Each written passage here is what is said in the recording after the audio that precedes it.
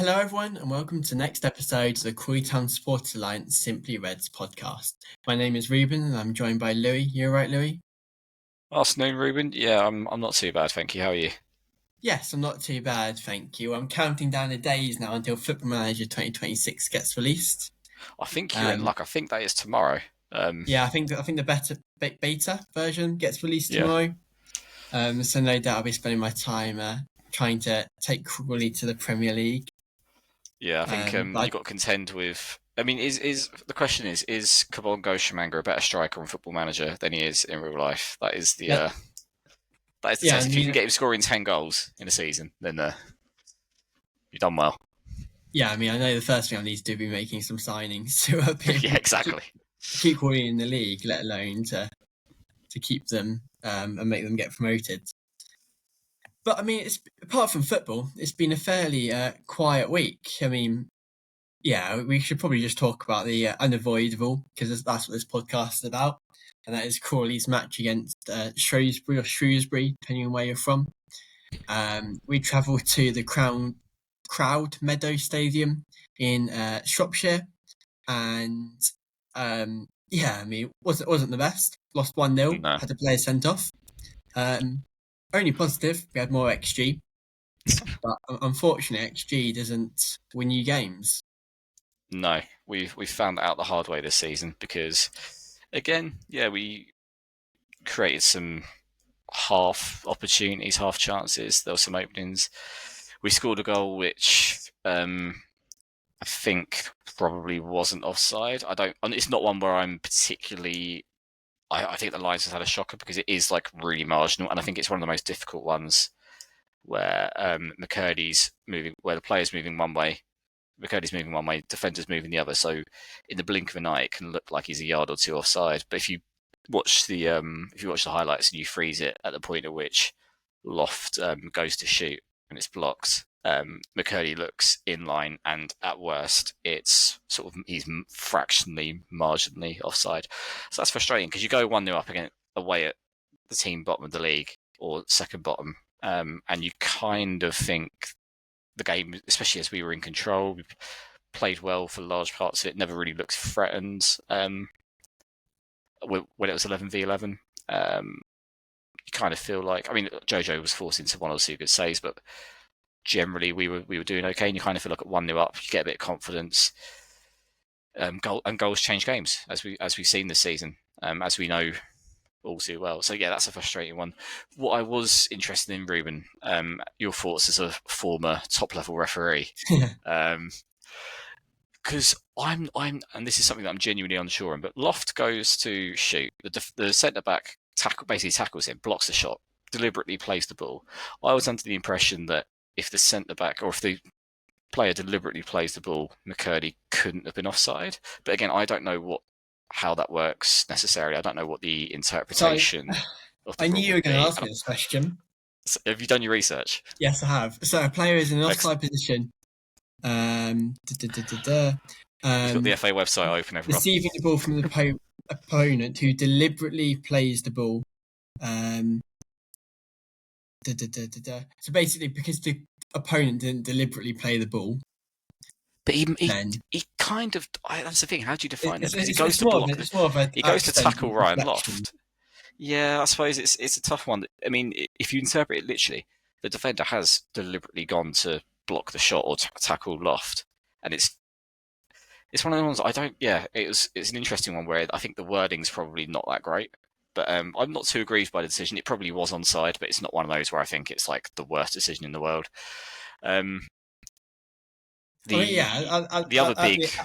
At the end of the day, if one referee decision shouldn't affect whether we win or not, and no, I mean, played it shouldn't. poorly.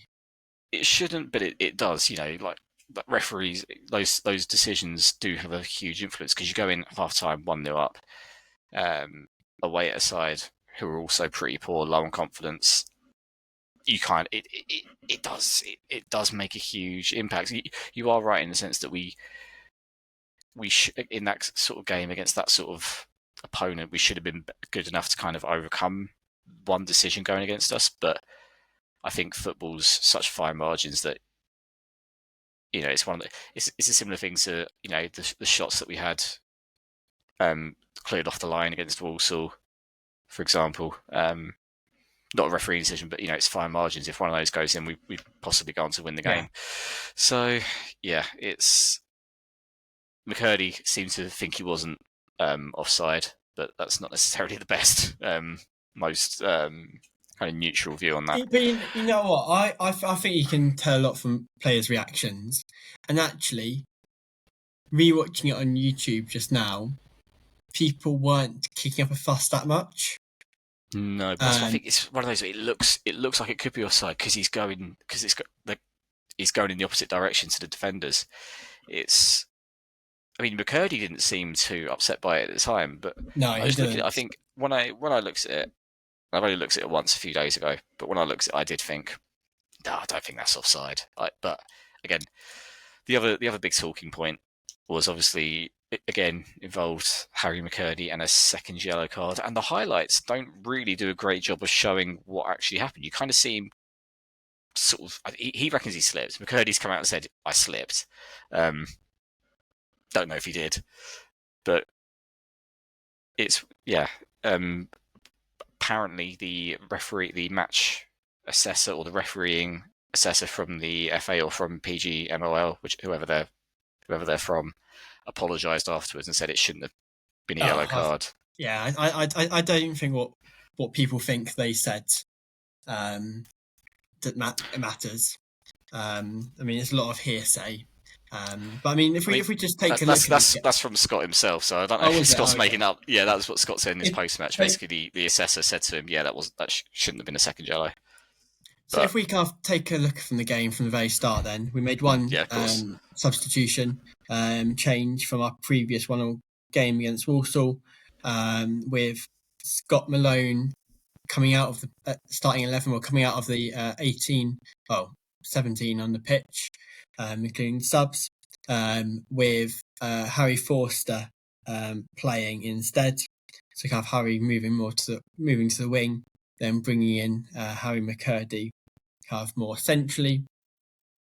And I think with Malone, he's probably the type of player who can't play 90 minutes every single game. He's definitely there more for the experience rather than to be a regular starter for Crawley. Yeah, I think it's a shame because he played, like we spoke about last week, he played really well against Walsall, looks really solid, definitely got up and down the pitch really well. For 90 minutes, considering, he's the wrong side of 30. I think he's 33? He's not played an awful lot of football in the last year.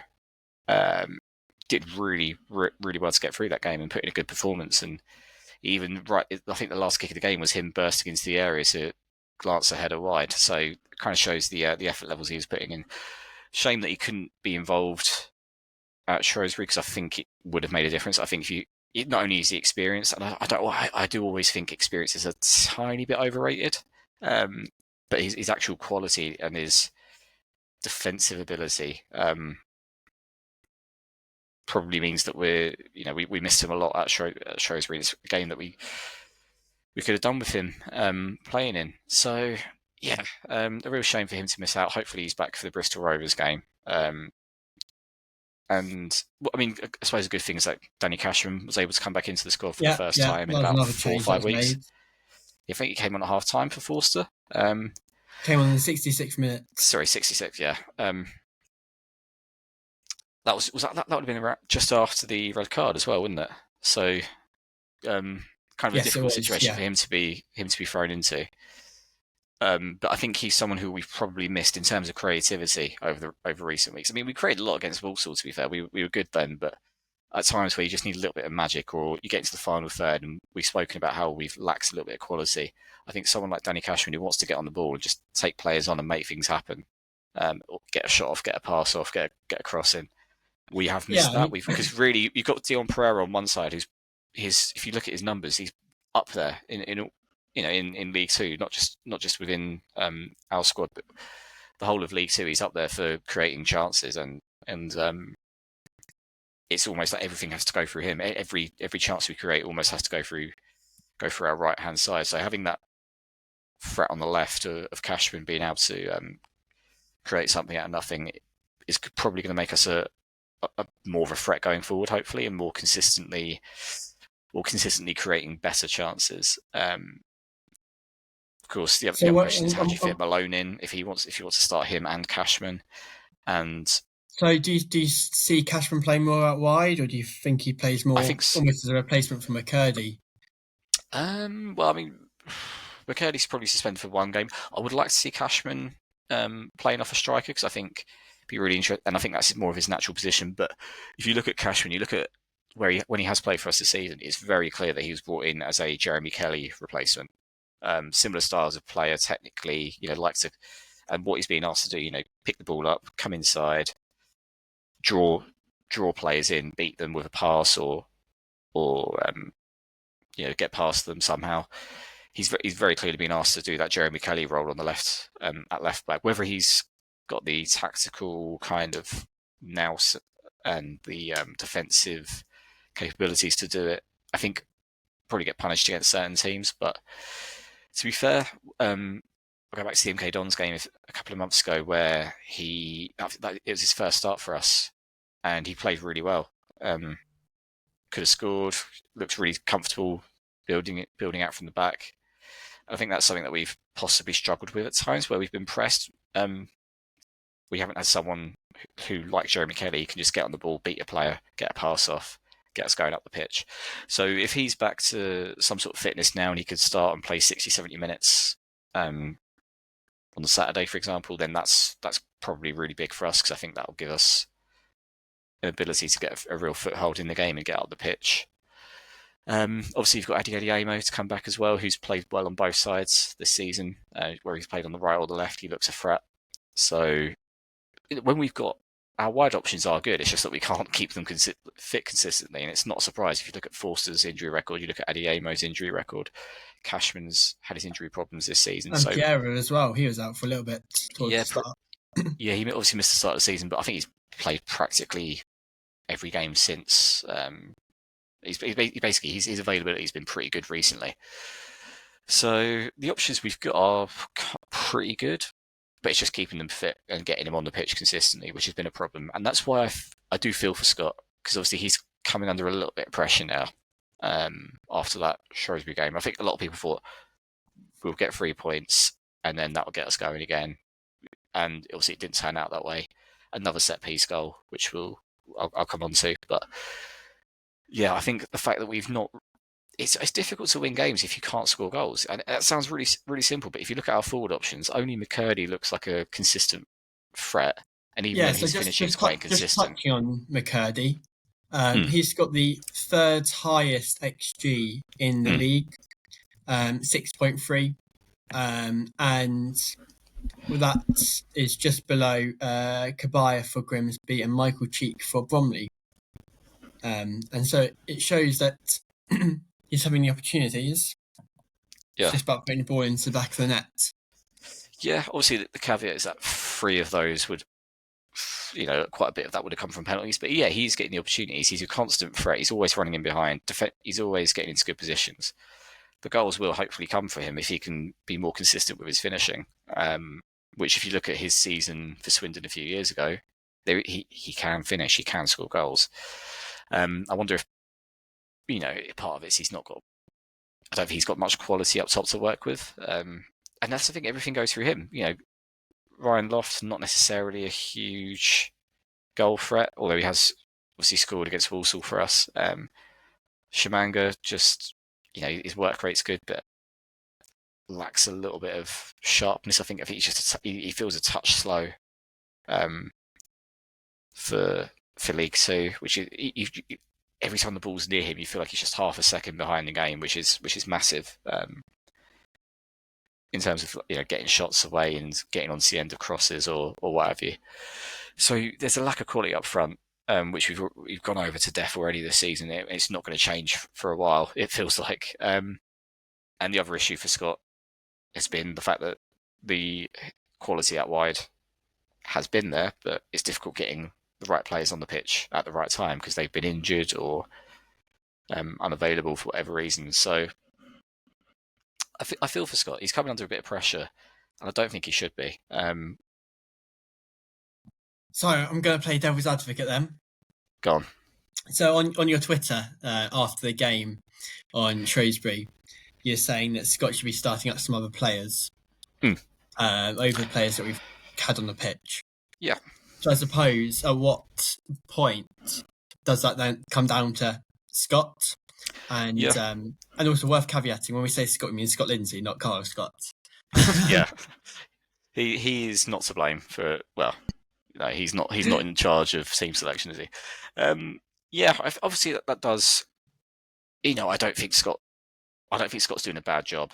If you look at the numbers, I mean, again, we're talking about XG. I know not everyone likes XG, but if you look at the table based on where we should be, based on the quality of our performances and the chances we're creating, we are 9th.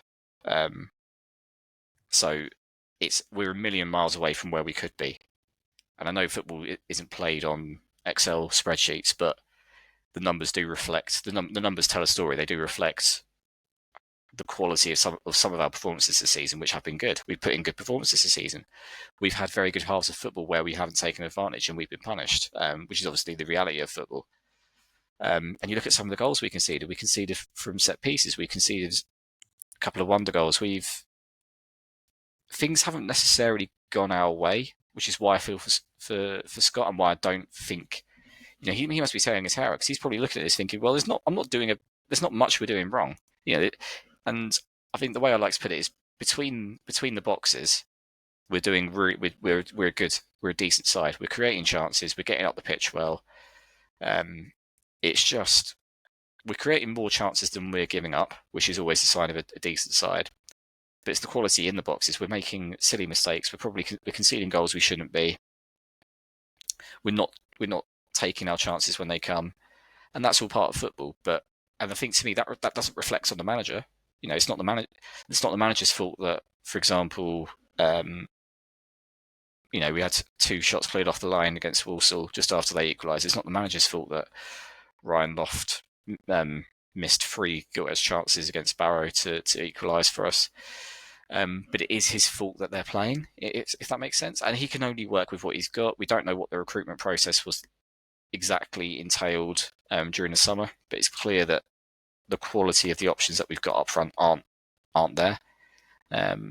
Where I'd like to see him be brave at this point and just say, do you know what, I'm going to start Shawunmi, because I fail to see how a player who wasn't even playing week in, week out and got 7 or 8 goals in League One last season, I fail to see how he can't be considered an option at League Two. Like, he's not the most mobile, but he's an absolute menace. Like, every time he plays, he's all over defenders. He's backing into them. He's getting us up the pitch.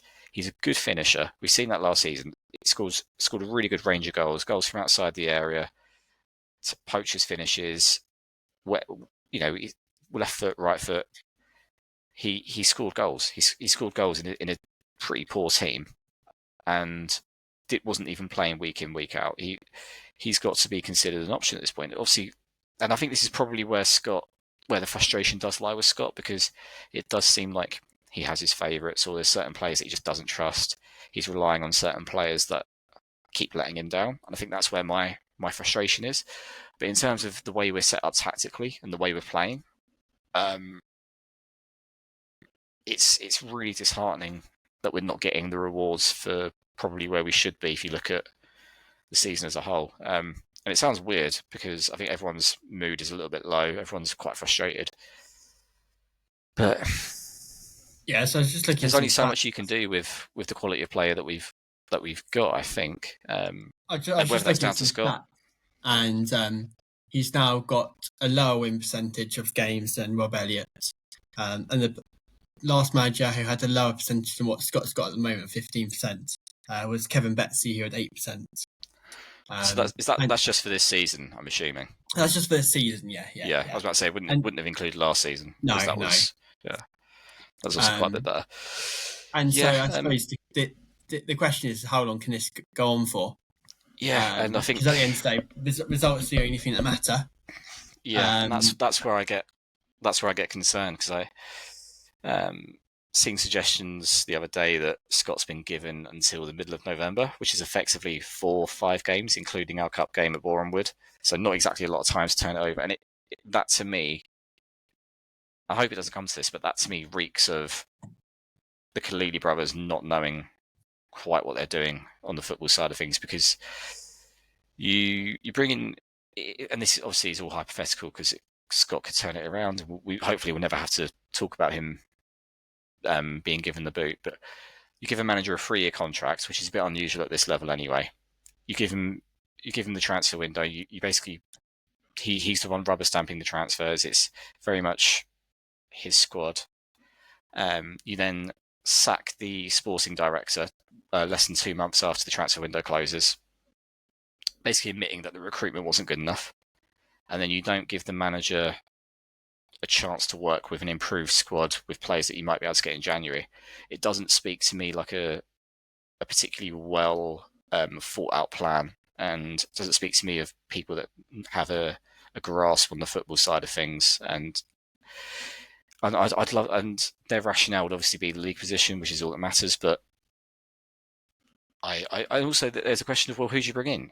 Who's going to do a better job when you look at the squad? Because I think you ask that question every time, don't you? You ask that question when all of the saga of Matty Etherington and Kevin Betsy all happened. You're like, who on earth can come in to save us? Then this man who was the assistant manager, then the manager briefly for Swindon, comes in, and look what he did for us. Yeah. So here's a question for you. So you've got a meeting with Scott Lindsey tomorrow. Mm-hmm. You're setting him his objectives. And if he doesn't meet them, he's got to go. Yeah. What objectives are you setting him? I mean, it depends on. I think he deserves time. I think there's no point giving a manager 3 or 4 games to turn it around. You might as well just get rid of them then, because then you could win 1 game, lose 2, and you're back to where you started, and it doesn't really reflect a long-term trajectory of the season. So I would say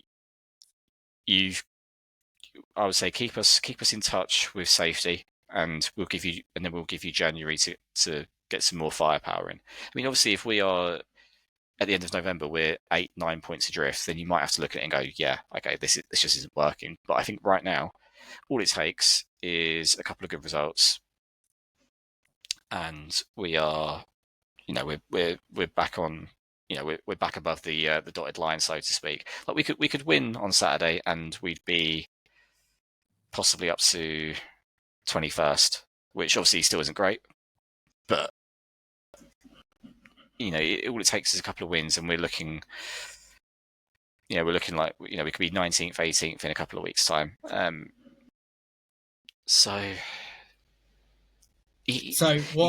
think if you're gonna say to him, you need to turn it around. You need to give him time, and then you need to give him the resources. Right now, he hasn't got the resources because we just don't have any firepower up front. So I think you say, look, just keep us afloat. Just do the best you can until January. And to be fair, that's not necessarily the most well thought out plan in itself. But I don't think sacking. I don't see what sacking the manager and bringing someone else in. I don't see what that achieves at this point, because it's not even going to be their players. It's not going to be. They'll probably want. If you're they'll probably want an overhaul in January anyway. They'll probably want to bring in 4 or 5 players that they've identified that they want to work with. So you might as well keep the manager who is capable at this level. If he's got the right players, you might as well keep him and give him January, because no one's going to come in the short term up until the transfer window and get more points. No. And also, who do we think we are? We're Crawley Town. We're not a big club. No, there's no manager worth his salt who's going to come in, who's going to look at a vacant manager's job at Crawley and go, yeah, I fancy that, because there's always going to be more attractive options elsewhere, or they're always going to hold out because they know that XYZ job might come up and they'll get better pay in a better location, bigger stadium, bigger fan base. Like we've got to be very, very careful, and this is why I'm quite alarmed that this is a possibility, because I just think A, it doesn't solve anything. B, the odds are it makes it worse. So yeah, I don't really know. At the same time, I completely get the results haven't been good enough. If I was having a meeting with Scott this week, I'd give him to the end of November, and we've got to be at least within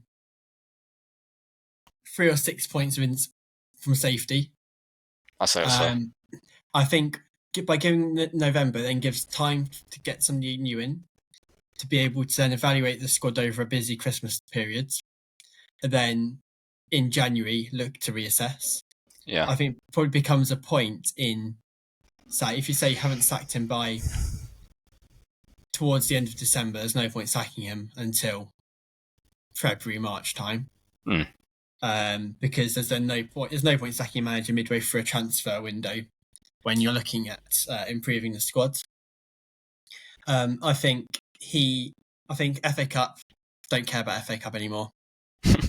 Whilst it's good to win, I don't think that's our priority. So I don't think whatever happens against Bournemouth will affect whether he stays or not.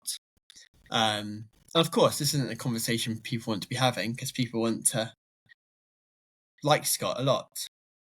But I think when you say about who'd come in, again, Scott Lindsey came in. Nobody really expected anything from him. And quite a lot of managers come in who people don't expect to do very well. And they do. So there are managers out there who aren't necessarily going to be the first ones you list off a name. But there will be some people out there who would take the job and would hopefully do quite well with it. And yeah, I mean, potentially, I mean, a lot of other football fans who aren't Crawley fans look at Scott Lindsey's record as a manager and actually think, is he a good manager? It lacks the context, doesn't it? Like, he's got promoted once. Didn't do very well at Milton Keynes. Hasn't done very well here this season. And wasn't doing too well at Swindon either before he went, I don't think. Yeah, I think it's an odd one where I think arguably MK Dons is the one job he's had where he was really set up for success. Like the Swindon at the time were a bit of a mess, and they basically free-falled once. They were just outside the playoffs, I think, when you left, which didn't meet their fans' expectations. But until Holloway came in last season, they were an absolute mess. They weren't a great team at all. Obviously did really well to keep us up when he came in, and then got us promoted. And then last season, when he came back in towards the end of the season, had a win rate and a points per game rate that would have seen us in the playoffs if it had been over 46 games. So he obviously had a massive impact when he came back last season. And I think that's possibly where some more of the frustration lies. It's like we ended last season so well despite the relegation. The performances were largely very good. The results were largely very good, and we haven't carried that on into this season despite the squad not changing a huge amount. Obviously, we lost a few players. We spoke about that before. So I think that's where the expectations are rightly a lot. The expectations define how you see the manager and how you see if he's a success or not. If we were a newly promoted National League team, or for example, we wouldn't necessarily be as kind of frustrated as we are. Or if this time last season, obviously Scott had left and Rob Elliott had come in, but we weren't, we were sort of around the relegation zone. We were in a relegation fight, but that was kind of largely in line with people's expectations, and anything more than that would have been a bit of a bonus. So, yeah, obviously the expectations from a lot of people were to be challenging at the right end of the table, and I feel like if we had if we had the players, recruitment's the most important thing in football. Ultimately, you can have the best manager. You can have the best manager, you can have the best coaches, but if the players aren't capable, I mean, you look at, sorry to bring the Premier League into it, but you look at Arsenal where they were when Mikel Arteta took over and the players and the squad that he had compared to where they are now, it's night and day, isn't it? And that's because he's obviously probably improved as a manager, but he's still the same manager, but the players he's got at his disposal are a lot better. And it's the same at any level.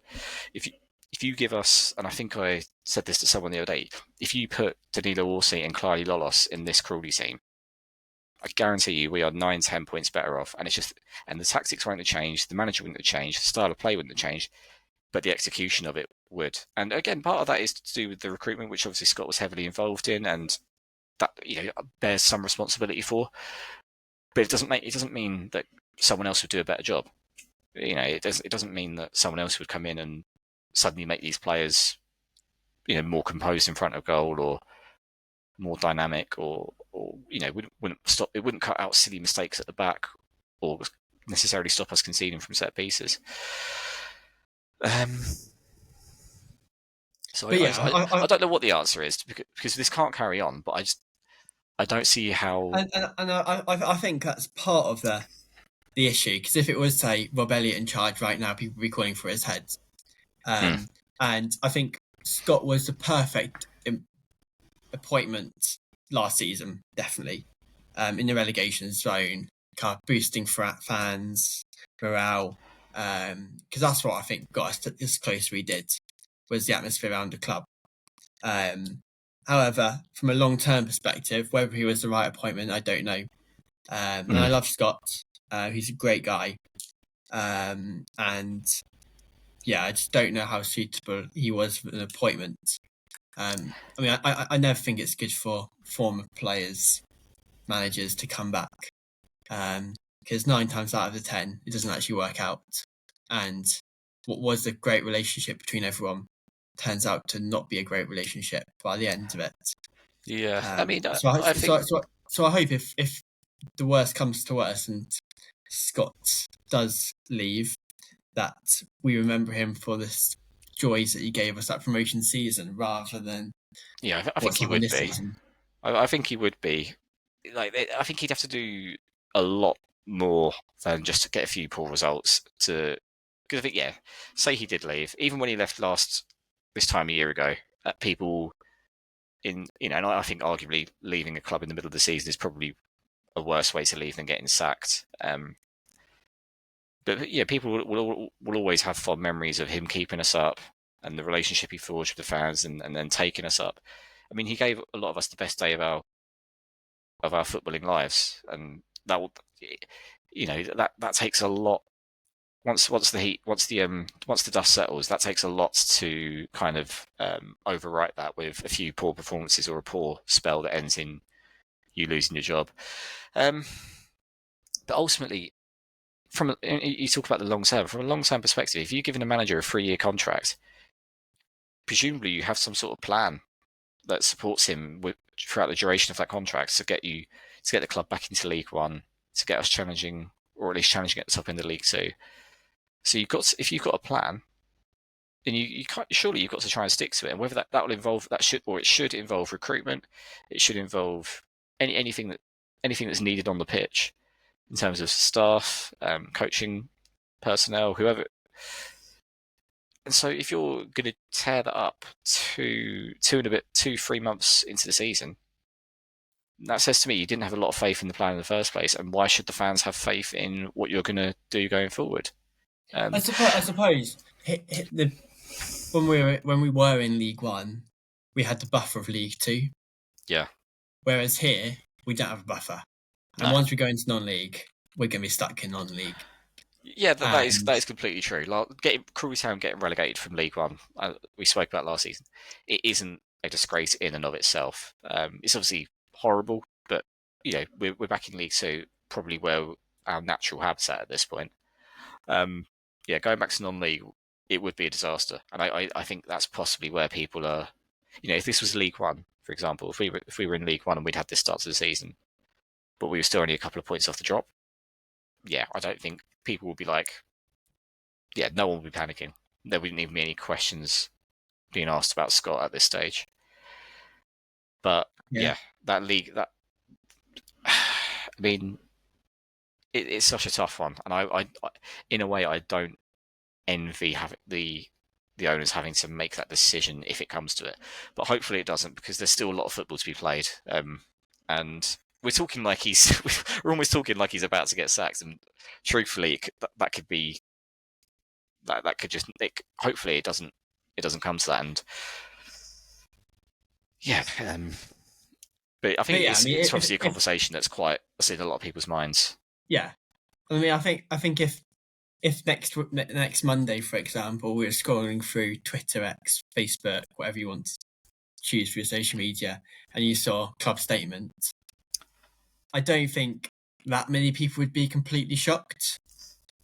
I think in the back of their mind, people are I don't know whether expecting it's the right word, but I'll use the word expecting it. Mentally prepared. Yeah.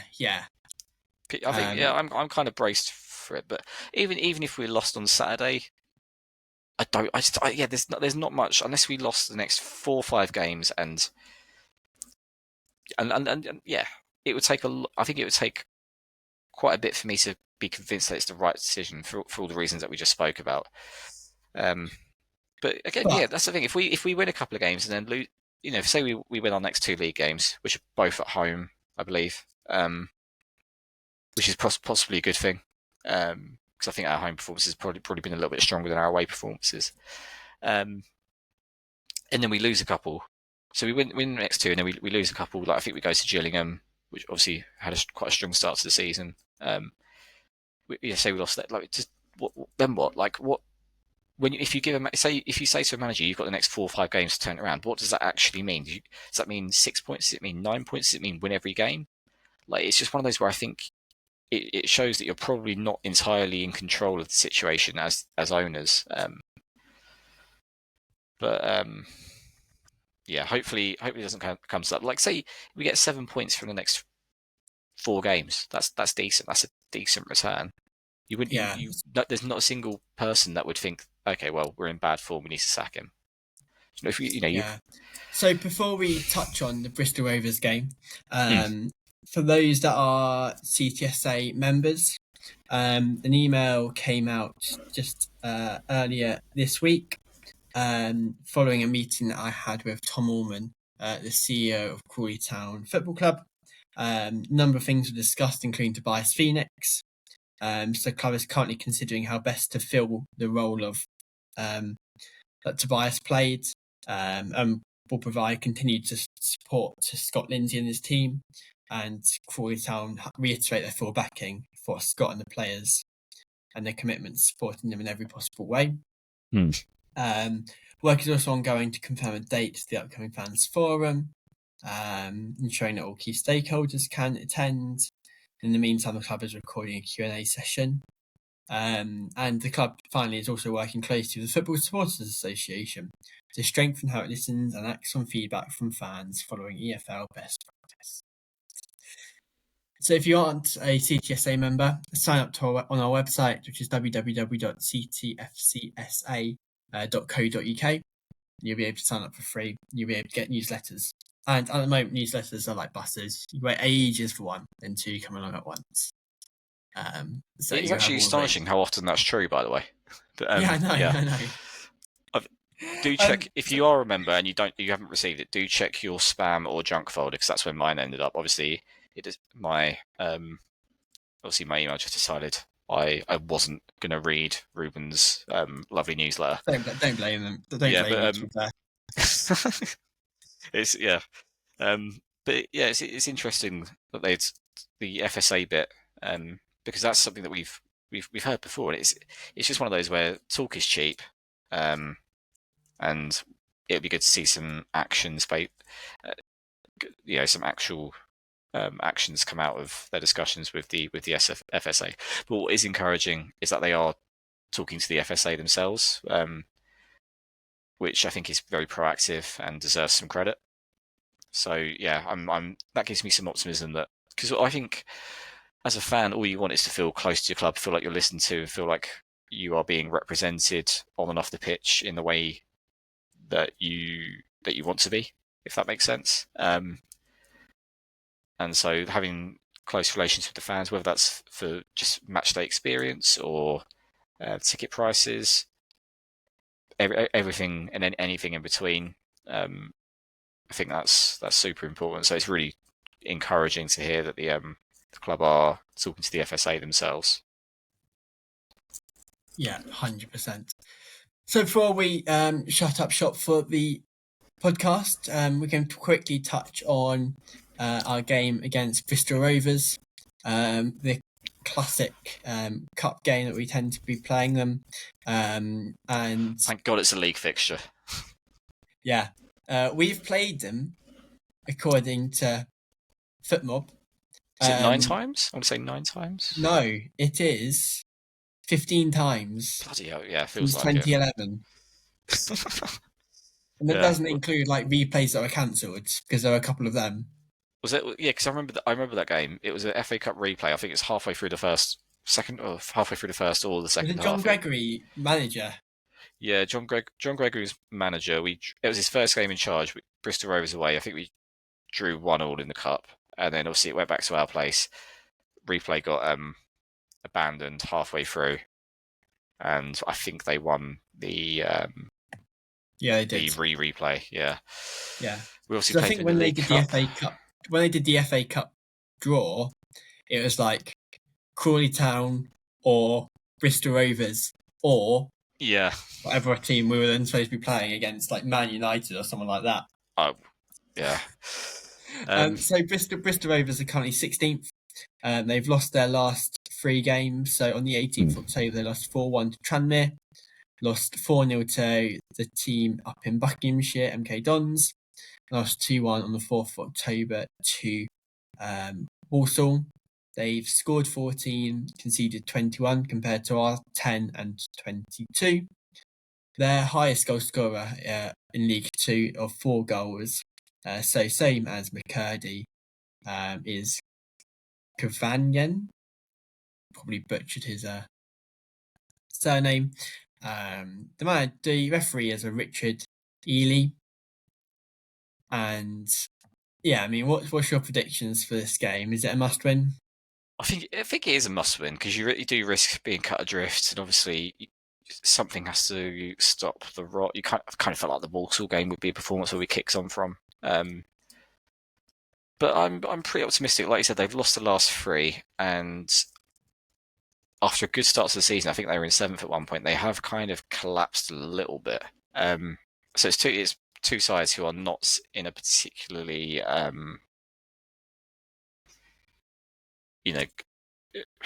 what's the right way to put it? In a particularly great place. I mean, even if you go back into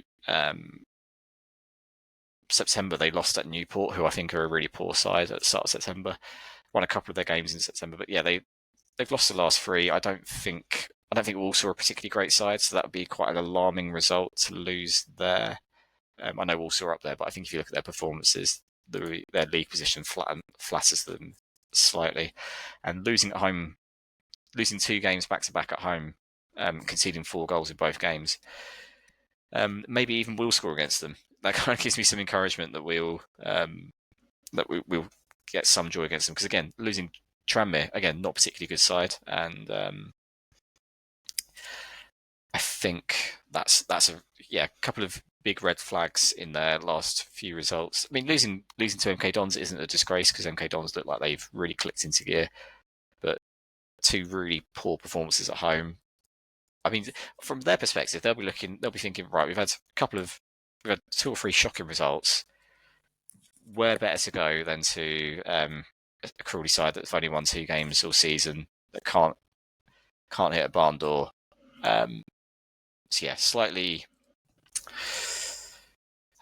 It could be a very low quality game, full of very low quality chances, possibly. 2 sides without much confidence. But I think if there's one thing that Scott's good at doing, I mean, and we saw it against Walsall, where I think we were all expecting a bit of a pasting, and we came out, we absolutely flew at them. I'd quite like to see us do the same here. Just go out and you're at home, you have the fans behind you. Hopefully, just go out and give them a bloody nose early on. Get an early goal, because get an early goal and you're away. I think in a game like this, where it's 2 sides low on confidence, whoever scores first probably wins the game, because you go on and you have that momentum, you get a bit of confidence. The other side thinks, "Oh, here we go again." And I think we're at our best when we play on the front foot. I mean, you can say the same about a lot of sides, but the more we more we go at them, and the more because it sounds like they've got some real defensive frailties. And if there's one thing we can be an attacking threat. It's just, it's like firing Nerf bullets instead of real bullets. I predicted a win at Shrewsbury, so I don't want to predict a win this time around, but I feel like I need to, because if I predict a draw, I'm basically admitting we're going to get cut adrift and we're going to end up in a really sticky situation in terms of league table. I'm going to go 2-1 Crawley. I don't know how much I believe it. Obviously, McKirdy's out suspended, our biggest goal threat, which possibly is a big problem for us.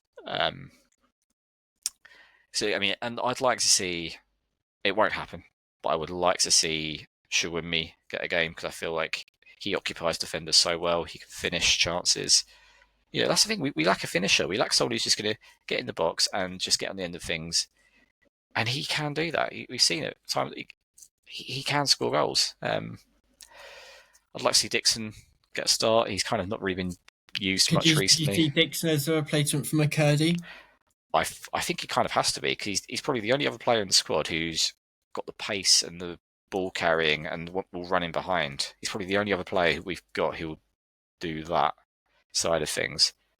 And I think that's how Scott thinks. Scott does think, right, like for like replacement, if I haven't got McKirdy, who can do that same kind of role in the side. So I expect Dixon will start. I imagine he'll stick with Shamanga. But I'd like to see him be brave and give Louis Flower a go, because Louis Flower always just looks really sharp, really lively. And if he's given 90 minutes, I imagine he'd make an impact on the game. I'd like to see Ben Radcliffe start, but that won't happen. I imagine it'll be a completely unchanged back three. He did travel up with the squad. Well, he was up in Shrewsbury. Okay, so I really feel for him, because he's gone from playing in League One last season and by no means disgraced himself, and he can't even get a look in for a bottom end League Two side. He's one who, I mean, he can feel very hard done by. But yeah, I'm I imagine Cashman will start. Yeah, hopefully. I mean, my score prediction, I'm going to go for, we've got to score first. If we don't score first, we're in trouble. Yeah. I'm going to go 2-0 Crawley. 2-0 Crawley. Dixon, and because eventually I'll get the prediction of Dixon scoring right. I'm going to say Dixon and Piera to score. Okay. Yeah. So thanks very much, Louis, for joining me this evening, and hopefully we can get 3 points, and next week's podcast can be a bit more positive. Yeah, this is a particularly depressing episode. So apologies for that. Yeah. Well, thanks very much, Louis, and come on you Reds. Come on you Reds.